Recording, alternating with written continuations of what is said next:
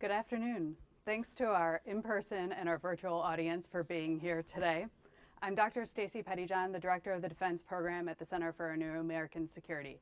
I'm honored to have with me here today Senator Jack Reed, the Democrat from Rhode Island and the Chairman of the Senate Armed Services Committee. Before I turn the podium over to Senator Reed to offer a few opening remarks, I'm going to go through a couple quick administrative notes. This is a public conversation. It's being recorded. It will be posted on our website after the fact. We're going to take questions from the in-person audience and the virtual audience. If you want to submit a question, you can do so either on Twitter using the hashtag CNAS 2023, or you can use the chat box at the bottom of your screen. So if you have questions, start putting them in. I'm going to turn the podium over now to Senator Reed. Thank you so much for being here today.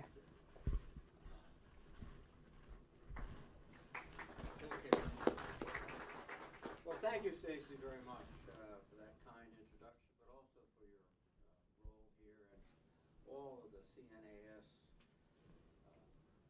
contingent that are here today that are welcome in. I really appreciate it very much. Let me take an initial moment to acknowledge the terrible ongoing war in the Ukraine.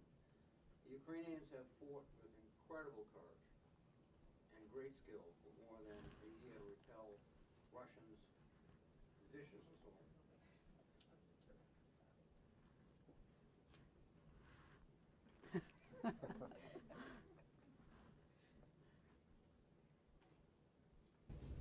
Test. Thank you very much. Oh, there I am. Okay. Nice to be frisked while you're doing a presentation, but that's quite all right. Stacie, thank you. CNAS, thank you.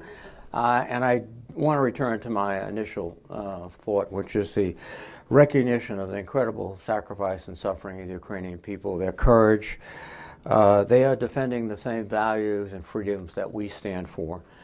And they have achieved some notable successes, but everyone recognizes there is a difficult path ahead for the Ukraine. Let there be no doubt the United States will continue to help Ukraine succeed on the battlefield. America's assistance to Ukraine is also an investment in our own national security and the security of our NATO allies and indeed the whole world. And we also know that this conflict is being observed all across the globe, including by China. And in that sense, there is another force or impetus for our support. If you look back, there's a common understanding among Americans, defense leaders, that the future of our national security is tied to the success of our competition with China. This competition is occurring across every field of national power, military, economic, political, technological, and more, and across every region of the world. To maintain our edge, the United States must dedicate urgent and sustained attention to each of these efforts. In particular, U.S. defense leaders must evolve the way we compete in the Indo-Pacific.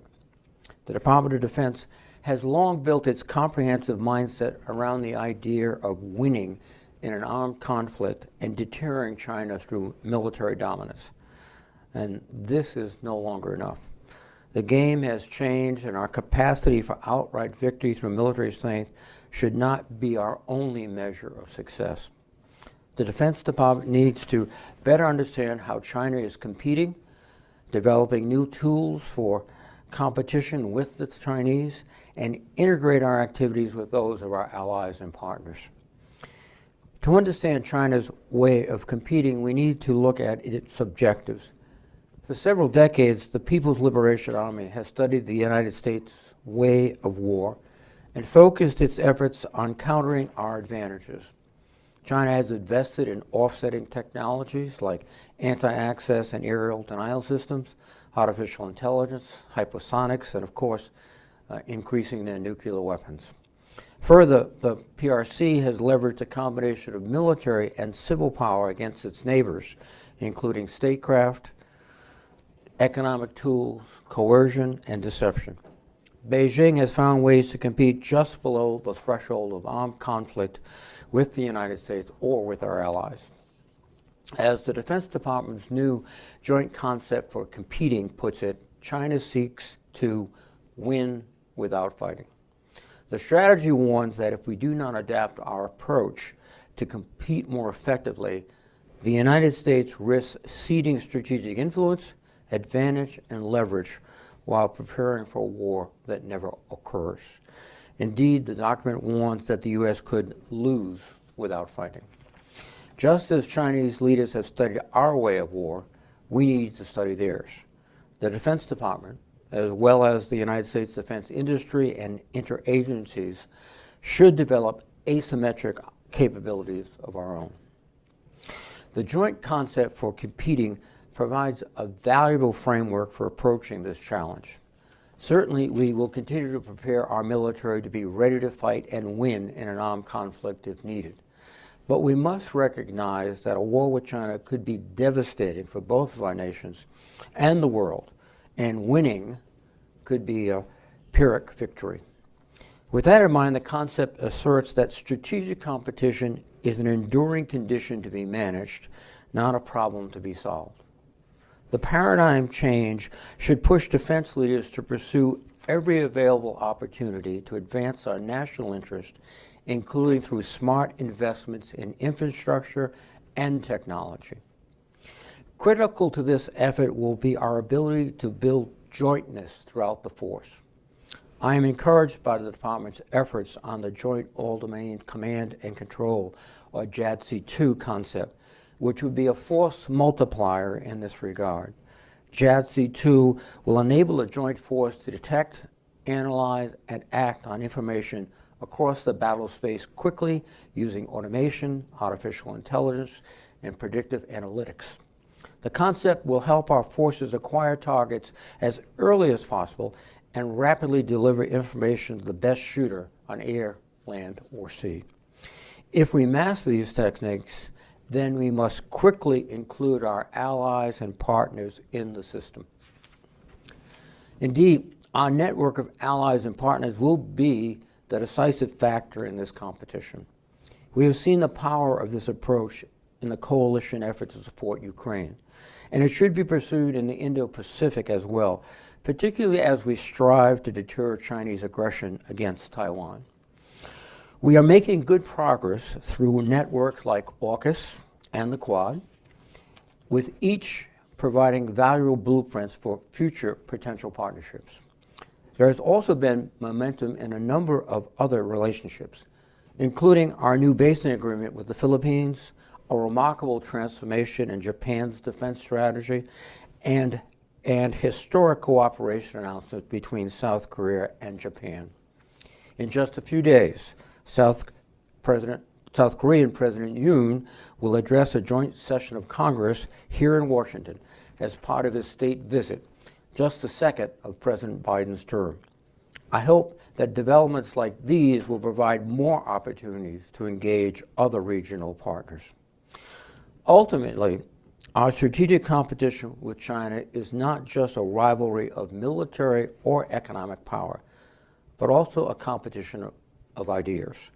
This requires us to develop an understanding of our adversaries' philosophies, objectives, strengths, weaknesses, and cultures, as well as our own.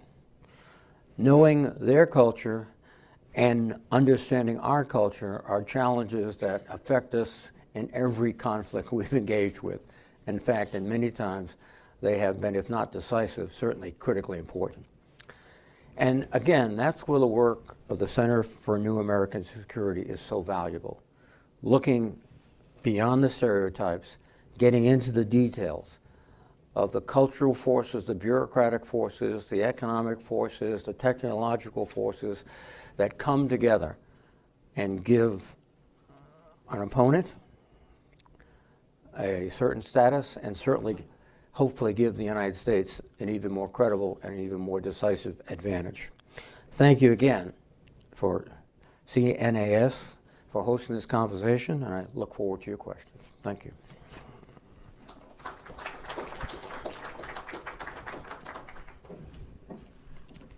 Thank you for those tremendous opening remarks that covered a lot of ground. I think I was struck by your focus on competition with China and the fact that there is this whole of government competition going on, which I completely agree with. But I am more narrowly focused on the defense side, so I'm going to drive us there right now. And one area where it is clear that Congress and the Pentagon could do a lot more right now to strengthen deterrence against China and shore up the military balance in the Indo-Pacific is munitions and posture. We've seen with Ukraine how quickly key munitions are being consumed and that our stockpiles are almost certainly inadequate. Hannah Dennis and I have studied the presidential budget requests the last 2 years and focused in on key PGMs. And we found that we are not planning to purchase and certainly have not stockpiled enough of many of the key weapons that we need in the Pacific. We at CNAS ran a TTX for the House Select Committee on Competition with China last week, and within 3 days, bombers ran out of key anti-ship weapons. So there's been a lot of focus on munitions and a lot of effort on figuring out how to shore up defense industry so that it can actually surge and expand production quickly. What do you think we can do to improve the health of the defense industrial base and the ability to ramp up production, especially of key weapons? Well, we've already taken some steps. In the fiscal year 2023 NDAA, we provided multi-year procurement authority for the Department of Defense for munitions.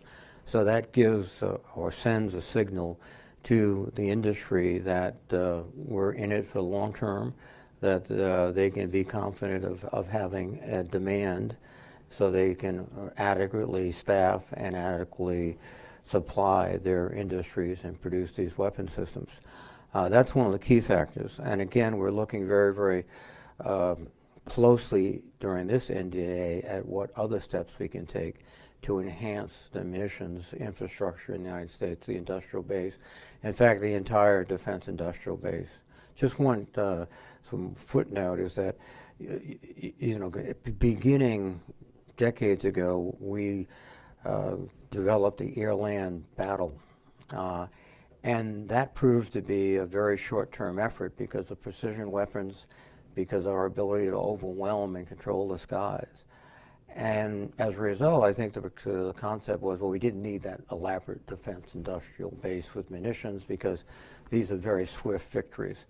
And now with the Ukraine, we see, given that situation and the huge volume of munitions consumed by both sides, is that we have to alter our plans and invest in our industrial base again.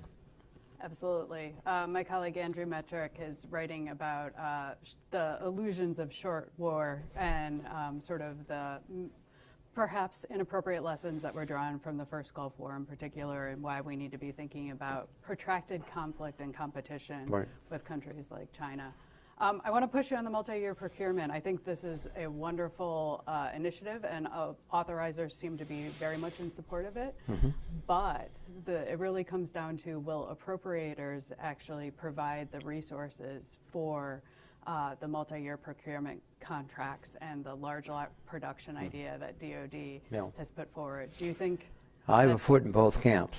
So I really do think that there is an understanding now after the Ukraine and continuing in the Ukraine, the need for these weapon systems.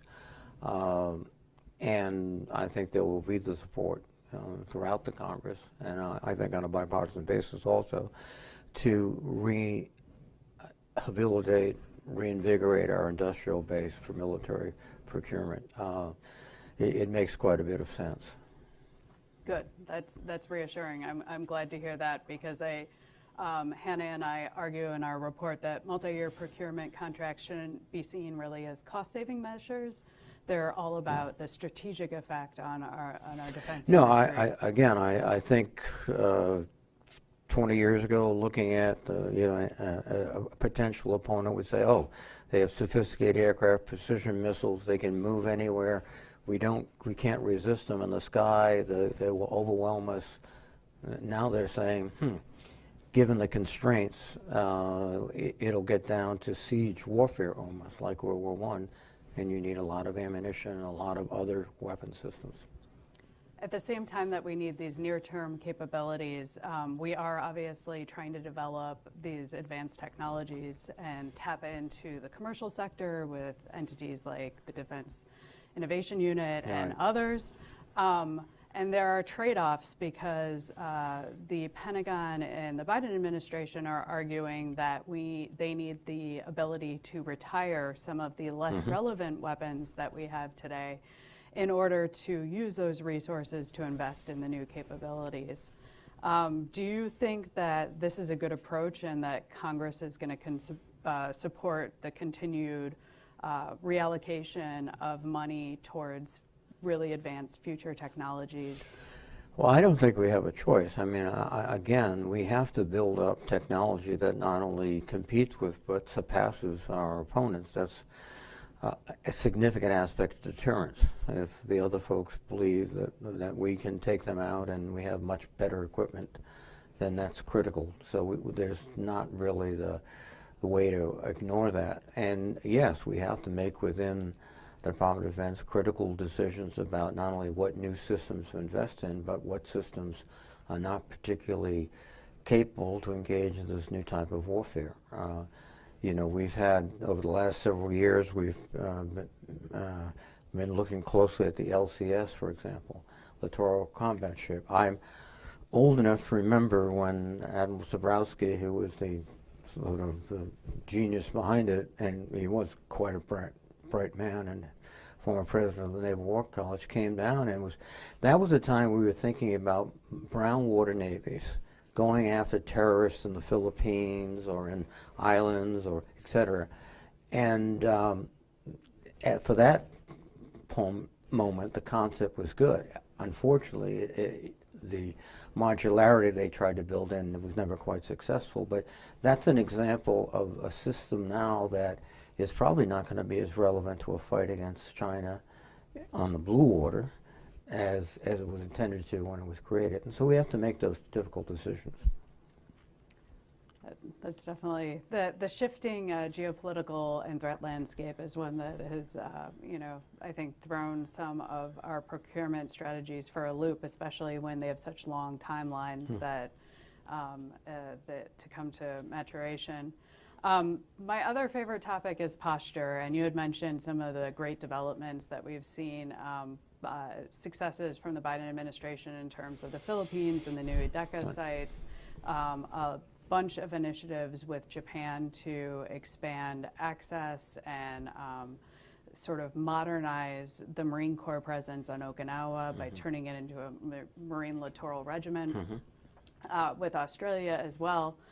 But posture is one of those issues that has been a bit contentious on the Hill, and more generally, there are critics who've argued that the Pacific Deterrence Initiative has been shortchanged because it's just an accounting mechanism. It doesn't actually have its own resources and appropriations, and that too much money is still going to Europe. Do you expect there to be any changes this year with respect to PDI or any push from the Hill to ensure that the Pentagon follows through on these posture initiatives that is just starting? There will be a continued emphasis on PDI. I think it allowed us to focus on what was going into the Indo-PACOM theater, and also to emphasize not just hardware and platforms, but coordination with allies, operations, both tabletop exercises and physical operations, which is key to our success. And that has allowed us to do a great deal. The resources that will follow, I think, will be a result of some of the conclusions that have been drawn by all the exercises and the work that's been done out there. Admiral Aquilino was just with us a few days ago, and he made the case very strongly for the need to not adequately, but sufficiently, I'm searching for good adjectives, give the resources he needs to deter and, if necessary, defeat China. That's good to hear. I want to now turn to a topic that I know is near and dear to your heart, and one of the areas that the U.S. military has an asymmetric advantage, which is undersea warfare. That's right. You've been very upfront in terms of supporting efforts to strengthen the shipbuilding industry and sort of the maintenance pipelines for our attack submarines. We had the recent announcement with AUKUS Pillar 1, which is this grand deal that it has really long time horizons and sends a potentially really strong signal of combined resolve on the part of the United States, Australia, and the UK to uphold a free and open Indo-Pacific, and also can enhance their combined undersea capabilities. But you rightly noted that this could put strain on the U.S. shipbuilding industry, which has been struggling to produce the 2 attack submarines a year, along with the Columbia-class nuclear armed boomer. Are you feeling better about Pillar 1 now? Do you think that there have been enough steps taken and enough resources devoted that it's going to enable the U.S. shipbuilding industry to meet this challenge? Well, starting in 2017, on a bipartisan basis, we identified about $150 million a year for the submarine industrial base to use for training, for use to go to subcontractors and help them perfect their techniques so that the systems they provided could be just put right into the ship. The Navy has picked that up now, and that's now part of their formal program. I think it's the only sector of military construction that focuses on the industrial base at this moment. And it's critical because we are behind, but we'd be much, much further behind if we didn't do that. I'm beginning to hear that there is more progress in the yards in terms of attracting workers, the efficiency of production, but we can't be content or satisfied until we get back to our 2 attack submarines a year and see the successful completion on time and on budget of Columbia. And we have a long, long process. There are, and I think very sensible discussions of increasing the size of our current submarine fleet because it's such a critical weapon system, particularly against the Chinese. And of course, Columbia, we have to be able to replace our seaborne part of the triad. Our ships are wearing out, our Ohio class are wearing out. So we have to go ahead and get the Columbia in the water. This requires, not just resources, but more efficiency. And one of the stumbling blocks has been, and this is not exclusive to any type of military program, is just a shortage of skilled workers. That has been a significant impediment to staying on schedule and staying on time. They're beginning to see, I think, a little bit more better recruitment, et cetera. One of the things we did, by the way, with the money that we appropriated starting in 2017 is working with Electric Boat in Rhode Island. We created a training center where we have people from 18 to 60 learning how to be welders, machinists, and they go right from there to the floor at Electric Boat. And that's been a great source of input. We have to do more of that, not just in one place, but in many other places. Yeah, the labor problems have been, I think, a problem across different industries and different countries. You've seen it's been raised as an issue potentially with Australia too, oh, absolutely. even though they want the jobs. With the Australians, fortunately, Kevin Rudd is the ambassador, who's an incredibly talented gentleman and very experienced in China and everywhere else. But this AUKUS is going to be a key feature. First, just the declared cooperation between Australia, Great Britain, and the United States, and the commitment sends a strong signal to the Chinese. And then we can work together. The hope would be that as a first step, we could set up with the Australian depots in Australia that could do some work on our submarines. So this, and while we're doing that, these individuals are learning how to build and maintain ships of the class that they're likely to get. So, you know, we're starting a very important voyage with them. Definitely. You can see there's a range of potential benefits.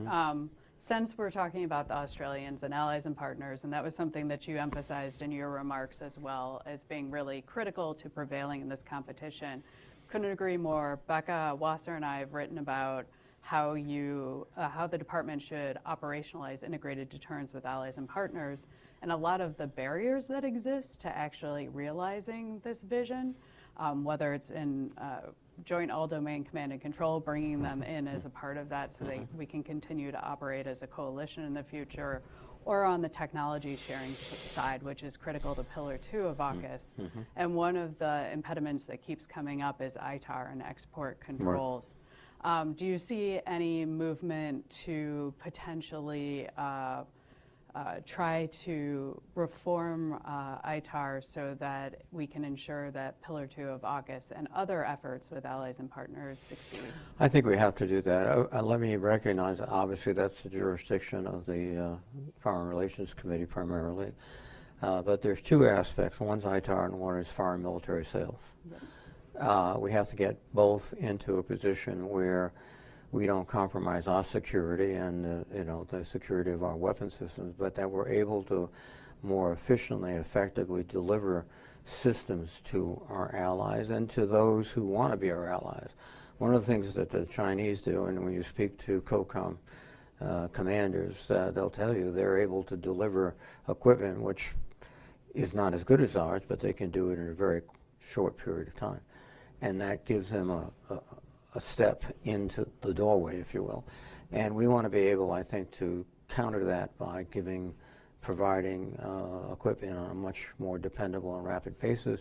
And also, going back to our industrial base, if we can get these, expedite these foreign military sales, then our companies can book them much quicker.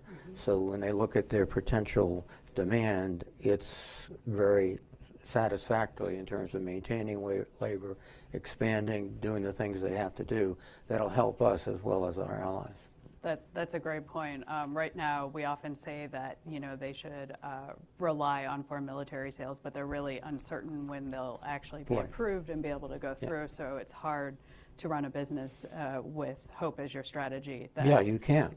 But if we can get to it's much more predictable, that they can go ahead and put it in their demand schedules and gear up for the work, that is going to be a step forward too. It's a collateral benefit. Yeah. I've started to see some questions coming in online, and I promise I'm going to turn to the audience shortly. I want to, before I do so, however, jump to Ukraine, which I know has been a priority issue for you. You went and visited to Ukraine earlier this year and met with President Zelensky. You've also been an outspoken advocate on providing Ukraine what they actually need to defeat Russia. And in your view, that isn't necessarily Western fighter aircraft like F-16s. It might be more long-range missiles. What would you like to see in the next round of U.S. military aid to Ukraine? And do you think that there will be continued support for arming Ukraine going forward on the Hill? First, I think the greatest need is air defense systems. When I was with President Zelensky, he explained that if they could create a nothing is ever impenetrable, but a nearly impenetrable air defense system around Kyiv, they could bring back lots of people, they could revive the economy, and it would be very decisive for them. So that's, I think, the first priority, and we have to look everywhere, not only our own systems, but systems of allies, and help them with their air defense system. I think that's job number one. There is every anticipation that there'll be offensive operations in the next several weeks or month, and that's going to be led by armored personnel, tanks, et cetera, that are supplied by a host of different countries. And that's going to be a critical moment. One of the things that has, I think, really bolstered support, not only the fact that they're fighting for our values, but they're also doing very well, and nothing succeeds like success. If they're successful, I think that'll help bolster support, and it's necessary because Putin's plan is not simply Ukraine; it's to restore the Russian Empire. He'll be Vladimir the First, Tsar of the new Russia, I guess. But so we have to be very conscious, and then whatever happens there is seen around the world. What's our credibility? What's our ability? And particularly by the Chinese. Yeah, there's definitely an influx of maneuver capabilities that the Ukrainians are about to gain, and then the air defenses have proven to be so critical. And if you look at what the Ukrainian government has been reporting, they've been shooting down the vast majority of the incoming missiles as well as the drones that Russia has been using. There are some things they can't intercept, like the Kinzhal, but they've done a really effective job at using a patchwork of systems from a lot of different places. Now, there's extraordinarily dedicated people. The stories I've heard when I've been over there from our military officers is that they've been brought to Germany for training on some of the systems that we've given them, and the training stops at 6 o'clock for supper, and then they go back, our folks go back and find them working on the systems at 7 or 8 o'clock at night, because it's about their countries, it's about their families, it's about everything they hold dear. Yeah, absolutely. Does anyone in the audience right now have a question they'd like up here?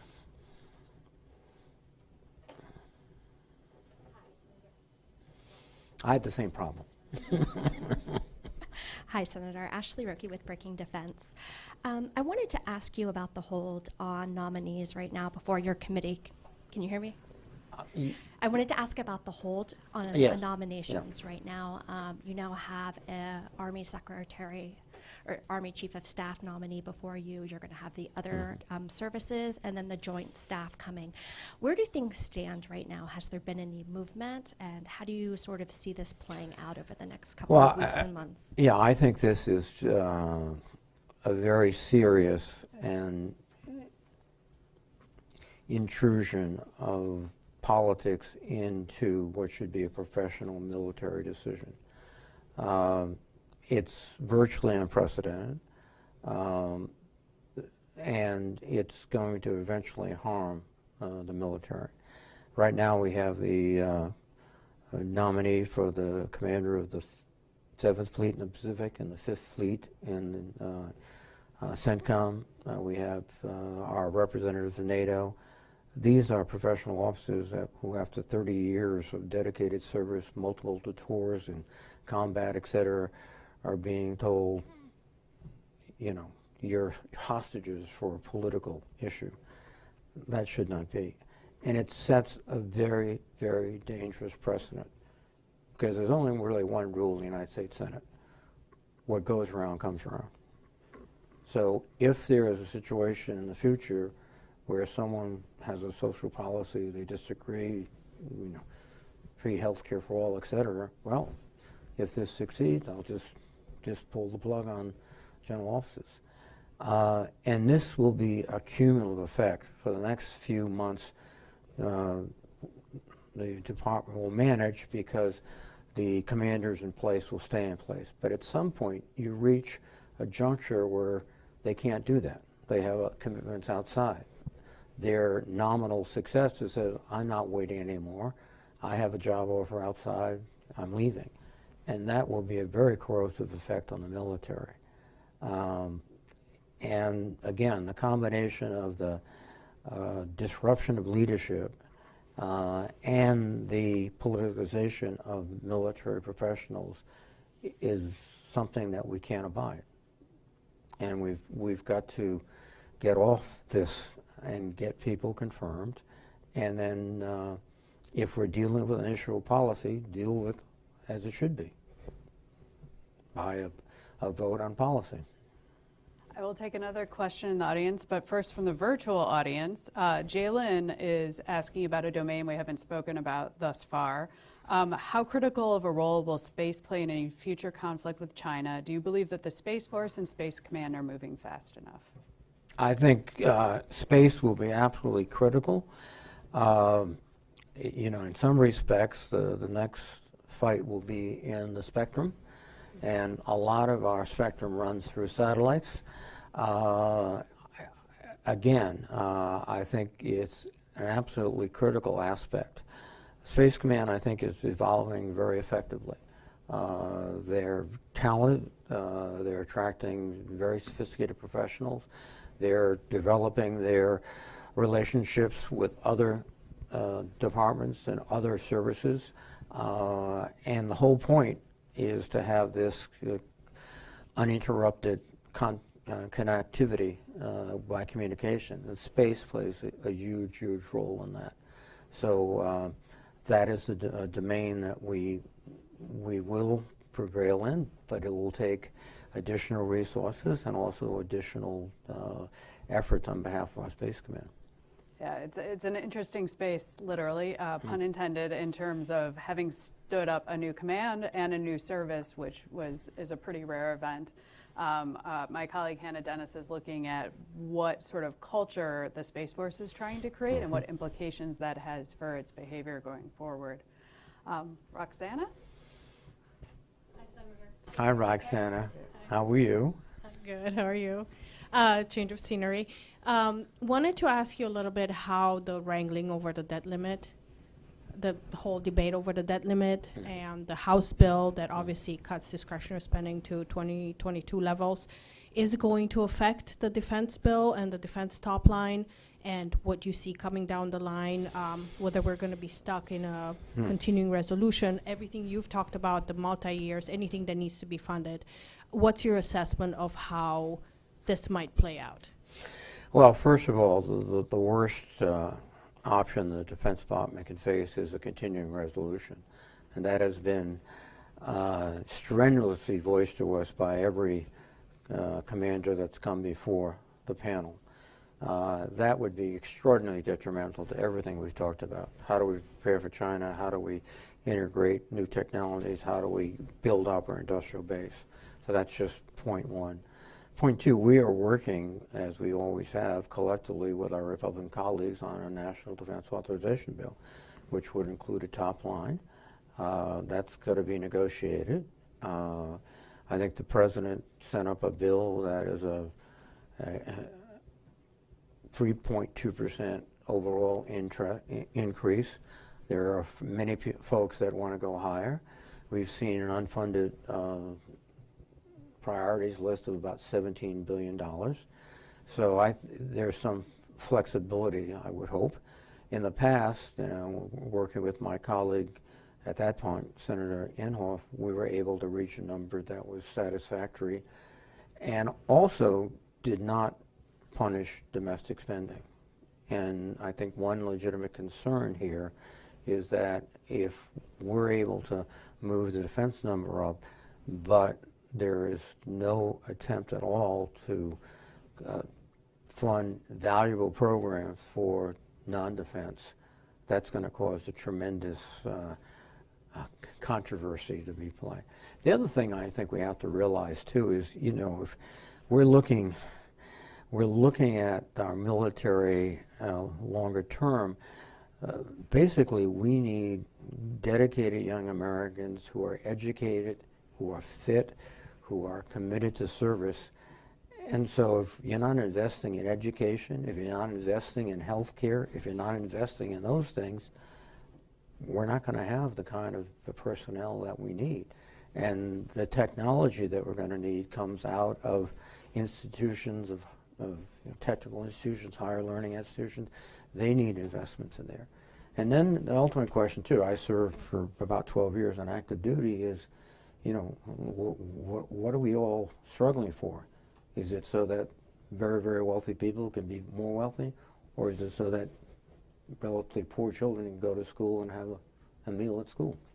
I would argue that I fought for the latter, or I did not fight. I was not in Vietnam, but I served for the latter.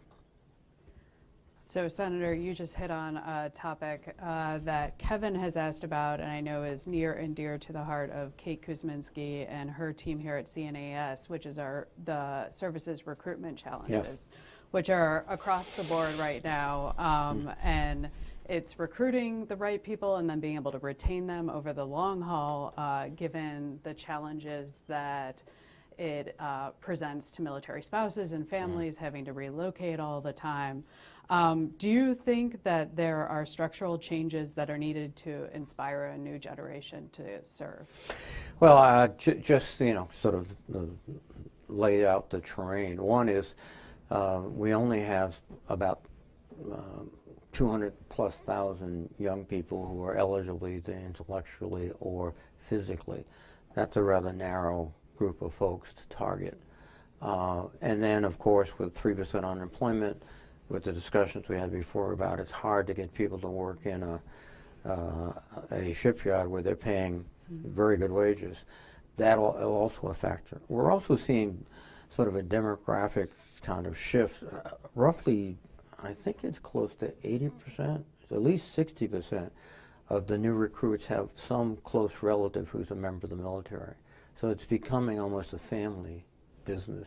And locationally, there's very fewer recruits from the Northeast and from other places because the military is not there physically present. It's not obvious in many cases. So we're confronting these problems. And then I think there's also some data showing that the propensity to serve is lower than it's been in a long, long time. And reflecting this too is when I go home, they're having a difficult time recruiting police departments and fire departments. So this notion of service, and particularly service that involves real sacrifice, is under a lot of pressure now. So we have to reinvigorate that. We have to have a much more aggressive out recruiting. We have to use some of the traditional programs, junior ROTC.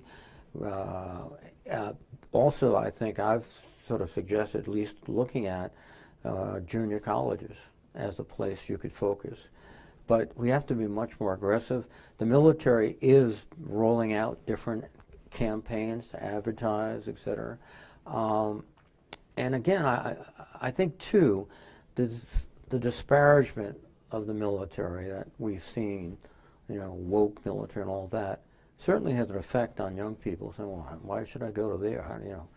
So I think we have many things to do. We're focusing our efforts on them. I know this is the #1 issue for all the service chiefs, how do we recruit and how do we retain.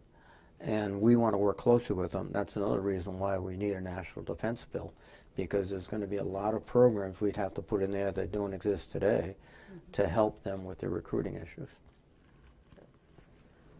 Other questions from the in-person audience? I'm going to steal some water. Good afternoon, Senator. Stu Latwin. I'm a military fellow at CNAS. We've talked a little bit about the shipbuilding procurement. You mentioned the submarines per year. I know that the Navy has put forward their plans. Long term, we've been trying to get to a 355 ship Navy, and for the budget plans that they've come forward, 2 of the 3 paths don't ever meet that, and the third one is expected 2042. How are we looking to ensure that we are able to meet the requirements, if not by the actual size, but of the makeup of the ships? No, I think that's an excellent point. There are 3 plans that go forward. The third, as you mentioned, has a robust fleet, but it takes a long time to get there. My sense is that, one, you have to invest in what is your most significant weapon system, and I would argue that's the submarine. Then I think we have to look more seriously and more effectively at autonomous vehicles that could be produced much cheaper, and also, in the words of Dave Petraeus, don't send a soldier where you can send a bullet. Don't send a manned ship where you can send an autonomous vehicle to do the task. So I think that approach could help us immensely. And again, it goes back to one of the other questions we have. We've got to determine, the Navy has to determine, what's the most effective systems that we have, and how many do we need. And there are some systems that I believe they would determine as not necessary or effective, and we have to have the political will, and sometimes, frankly, we don't, to accept those suggestions by the Navy. The other issue, I think, which we sometimes overlook, which could be the most critical issue, is contested logistics. The ability to move supplies over water is going to be a real challenge. And it would be ironic beyond words if we had 380 ships, but none of them had fuel and none of them had supplies because we didn't invest in any type of logistical framework. In fact, I think right now congested logistics might be one of the most important topics the Navy's facing, as well as their ship structure. I would argue all the services are, and in fact, CNAS former senior fellow Chris Doherty just published a report, Buying Time, that was focused on contested logistics and thinking about the connectors that are needed, the posture, the pre-positioned equipment, and how you actually go about doing the hard work to support distributed operations and making sure that it isn't something that you can do for a day or two and then you're unable to continue and sustain operations. And particularly in the context that we spoke about before of the increased dependency on significant munitions in place, whereas in the desert storm days, it was going to be a 4-day quick route, and then we were over with, and that's it. And we could move without impeded air, threats against us, etc. That's not it. And we have to be much more ingenious about what we do in these contested logistics.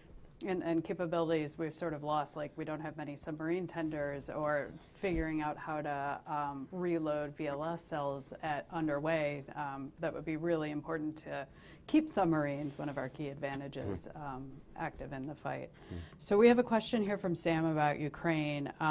He is focused on Ukraine's request for cluster munitions, which are an effective anti-personnel weapon, and they think would help them to defeat the Russians. Do you think the U.S. should send cluster munitions to Ukraine? I think we have an obvious issue. One of the great strengths is the unified effort of our NATO allies to join with us, to sacrifice, and we often don't realize the extent of their sacrifice. We look simply at, well, how much military? And we forget the millions of refugees the Poles have taken in, that other countries have taken in, the subsidies they're giving to those people. That's real money, et cetera. And many of those nations are signatories to the treaty that would ban cluster weapons. I think that is a factor that we've been going back and forth with constantly, and we've yet to resolve it. And so that, I think, is what's holding it up. I think because it's being held up, we're trying to see if there are compensatory weapon systems that will be just as effective and be acceptable to our allies. Find something that's compliant with the current with the treaty, and but it's I think that's the key point. Is the solidarity of the coalition. Do you want to inject something that would be useful to the Ukrainians, but perhaps not essential, but would jeopardize even one or two nations if they say, I'm sorry, we can't participate? Yeah. Oh, that's an interesting and important trade-off to consider. Questions from the audience here? I have one or Iskander. Hello, my name is Iskander Raymond, a fellow at the Kissinger Center. Thanks very much for being with us here today. To go back to the question of maritime capacity, shipyard capacity, etc., I was wondering if perhaps you could speak a little bit more to the importance of the commercial sector, and how concerned should we be about the general decline of the merchant marine, the U.S. merchant marine in recent years?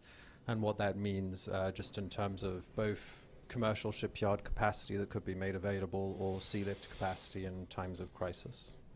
No, I think we've had real concerns about our shipyard capacity, both public shipyards and the commercial shipyards. We certainly have nothing compared to the Chinese.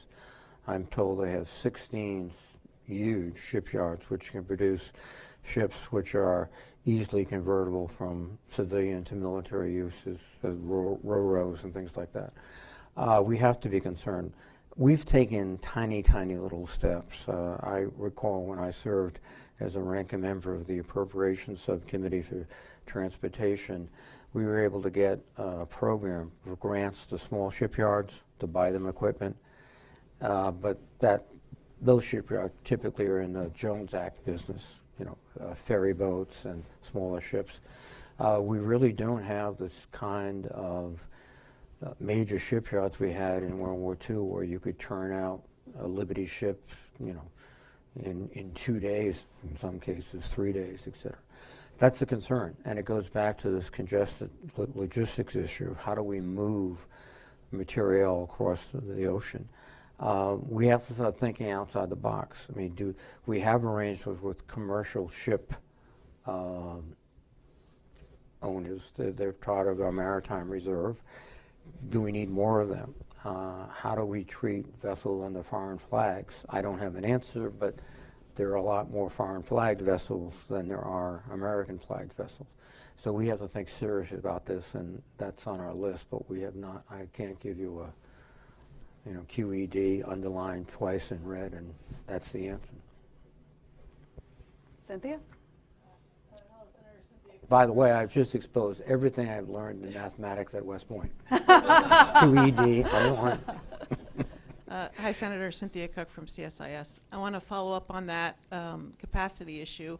To what extent is the U.S. looking at working with allies and partners and ally shoring or friend shoring capabilities where the U.S. industry doesn't currently have an adequate industrial base? And how is Congress thinking about that and perhaps trying to eliminate any roadblocks on the way? Thank you. Well, I think this takes us a little bit back to AUKUS. Part of what we're going to do with the Australians is to co-develop production facilities there, because eventually they'll want to build significant parts of the submarine that is the Australian submarine. But I think your point is extremely well taken. We have to look around and do first an inventory of what's the capacity of yards in countries that are very friendly to the United States. Could they be pressed into service? Can we contract with them? And that raises significant questions, because our first emphasis is keeping our yards going, and that's usually the question we deal with and try our best to do that. But I think we do have to look beyond, and particularly with countries like Australia, Great Britain, Canada, other countries that would be with us, we're quite sure, and would be able to provide increased capacity. Okay, we're getting close to the end, so I'm going to take the moderator's perspective and ask you one final question. And it is also about allies and partners, but there are some folks who have claimed that the United States cannot continue supporting Ukraine in the way that it has thus far, and also prepare for the Pacific, and that it's sort of a zero-sum game between arming Ukraine and arming Taiwan and preparing for a potential China contingency. Do you believe this is the case? Why or why not? No, I don't believe it's the case, because I think if we abandon Ukraine, one thought would quickly cross the mind of Xi Jinping. If they can't stick by Ukraine, who's fighting, basically beating the Russians at their own game, are they going to come by and stick by the Taiwanese? So that's one issue in a very practical sense. Second issue is that this is an opportunity to send a clear message to the whole world that we will support the democratic enterprise across the globe, and that we will not, retreat back into sort of the 1930s, where we watched a growing threat to the world order and we stayed out of it until we were attacked. So I think in many different ways, this is a fight that goes way beyond Ukraine, and it's necessary. And I think we can manage very effectively to reorganize ourselves for the fight, potentially, hopefully not ever, but potentially in the Pacific. That requires ingenuity, technology. We're certainly investing with the Pacific Defense Initiative and other programs, resources, so it's not merely talk. And I think also, too, the lessons we're learning from Ukraine about how one fights in this new age of social media, of space, of all these other factors are valuable lessons that we're learning, probably much more astutely than the Chinese, who are observing from a little further away, and that's going to help us tremendously. But this ultimately comes down to, will we stand up for what we believe? And if we don't stand up there, why would we stand up any other place? All right, with that, we're going to come to a close today. Thank you, Senator Reed, Thank for offering your thoughts on such a wide range of topics. Thank you to the in-person audience and the virtual